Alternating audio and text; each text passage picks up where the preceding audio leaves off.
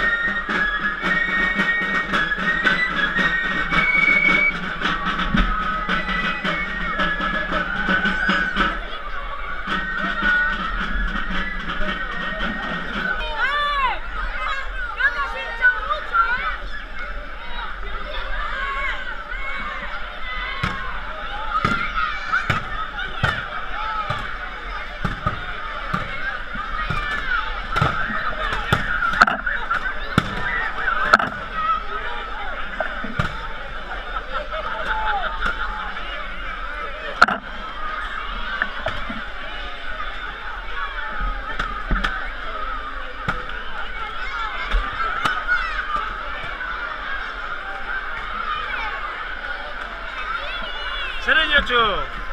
세련이었죠. 아, 예쁘게 안 생겼어.